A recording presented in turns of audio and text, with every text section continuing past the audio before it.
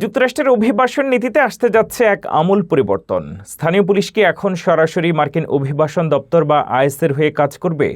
সম্প্রতি উত্থাপিত একটি নতুন বিল নিয়ে এখন দেশ জুড়ে তোলপাড় শুরু হয়েছে। প্রস্তাবিত এই বিলে বলা হয়েছে স্থানীয় সরকারগুলোকে বাধ্যতামূলকভাবে আইসিএর সাথে 287G চুক্তিতে সই করতে হবে। এই চুক্তির আওতায় স্থানীয় পুলিশকে আইসির প্রতিনিধি হিসেবে কাজ করার ক্ষমতা দেওয়া হবে। ফলে আইসির সরাসরি তত্ত্বাবধানে থেকে স্থানীয় পুলিশ এখন থেকে প্রশাসনিক পরোয়ানা জারি ও কার্যকর করতে পারবে। আইসির এই পদক্ষেপকে তাদের শক্তি বৃদ্ধির কৌশল হিসেবে দেখছে। সবচেয়ে উদ্বেগের বিষয় হলো, কোনো স্থানীয় প্রশাসন যদি এই চুক্তিতে সই করতে বা আইসিকে সহযোগিতা করতে অস্বীকার করে, তবে তাদের সরকারি অনুদান বা স্টেট ফান্ডিং বন্ধ করে দেওয়ার হুঁশিয়ারি দেওয়া হয়েছে। মানবাধিকার কর্মীদের মতে এই আইনের ফলে সাধারণ প্রবাসীদের মধ্যে আতঙ্ক বাড়বে এবং স্থানীয় পুলিশের উপরে মানুষের আস্থা নষ্ট হবে। সরকারি অর্থ নাকি অভিবাসীদের সুরক্ষা, কোনটিকে বেছে নেবে স্থানীয় প্রশাসন?